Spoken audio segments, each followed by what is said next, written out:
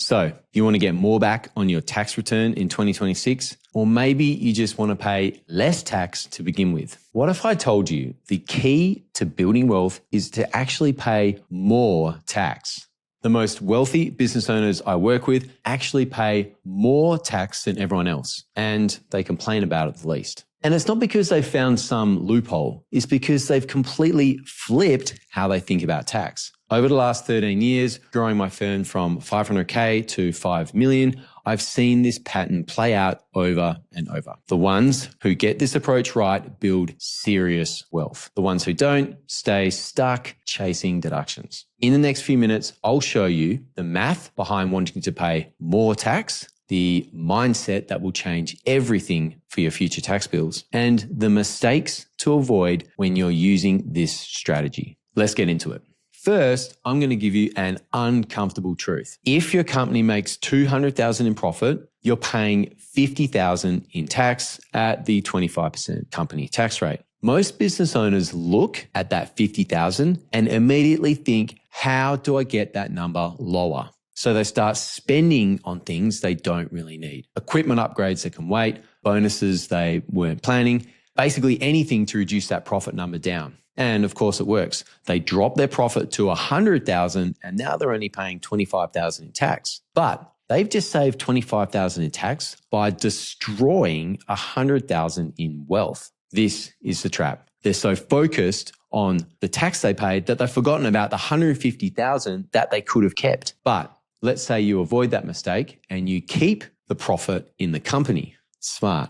Now the second trap appears. That $150,000 sitting in your company is taxed at 25%. The moment you take it out for personal use, it jumps to 47%. Every dollar you want personally costs you almost $2 from the business. This is the extraction penalty, and it's why timing matters as much as the decision itself. The wealthiest business owners I work with understand both traps. So if paying more tax means making more profit, why does it feel so painful? Because of one thing: surprise tax bills. When I meet with clients, most of them don't hate tax. They hate being blindsided by their accountant 6 months after the financial year ends with a bill they didn't see coming. That's a communication problem, not a tax problem. Here's how to fix it. We forecast tax at the start of the year.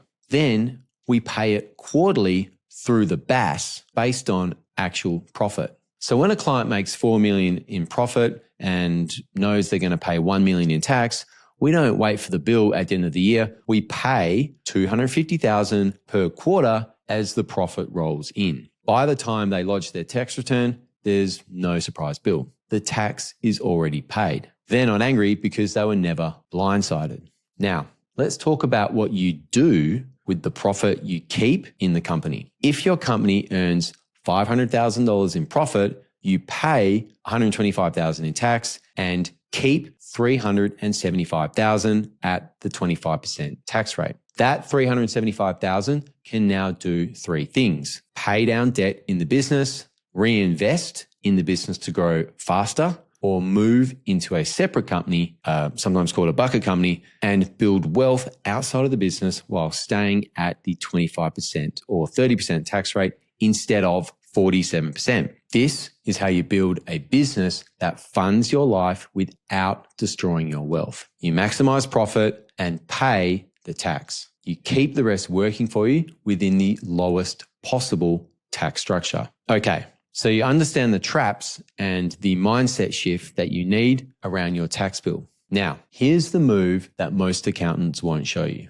It should never be about minimizing tax this coming year. It's about maximizing wealth over the next 10 years by approaching your tax strategically. Let me explain. Instead of pulling profit out at 47%, you move it to a bucket company at either 25 or 30%. That company doesn't trade. It just holds investments. It's got no risk, no customers, just compounding capital. Let's say you make $500,000 in profit every year. You have two options. Option A is you take it all out personally. You pay the 47% tax. You keep $265,000 per year. Over 10 years, that's $2.65 million. Option B is you leave it in a company structure. You pay 25% tax, you keep $375,000 per year, and over 10 years, that's $3.75 million. That's $1.1 million more just by keeping the money inside the right structure. And this is before compounding. If that $375,000 per year is invested and earning returns, the gap gets even wider.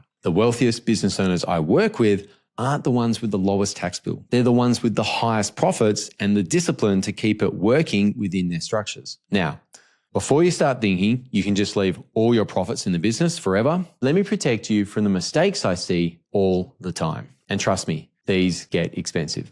Mistake number one is spending to save tax. If you spend $100,000 you didn't need to just to save $25,000 in tax, you've lost $75,000. This is the worst financial decision you can make, and I see it every year in June. Mistake number two is not planning for the tax bill.